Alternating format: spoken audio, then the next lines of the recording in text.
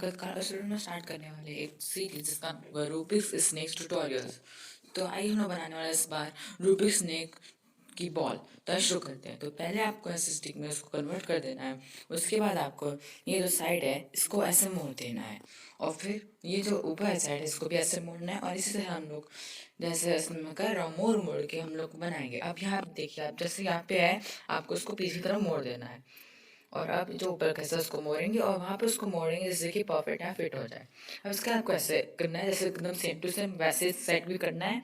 तो ऐसे करेंगे हम लोग इधर भी, और मैंने जैसे तो किया था। अब यहाँ पर दोनों साइड में से कोई भी ले सकते हैं, तो मैं तो इधर वाली लिया हूँ, आप उधर से भी कर सकते हैं। तो वैसे मोड़ना है। अब आपको यहाँ पे ध्यान देना है कि आपको इस साइड नहीं करना है, आपको दूसरी साइड करना है, और ऐसे ही आपको मोड़ते रहना है। अब जैसे कि आप कर लेंगे तो अब यहाँ पे आपका फाइनल वाला होने वाला है। आप कर लिया, और यहाँ पे जो ये है इसको आपको ऐसे मोड़ देना है, और हमारी रूबिक्स नेल बॉल तैयार है। अब वीडियो पसंद तो लाइक ज़रूर करिएगा।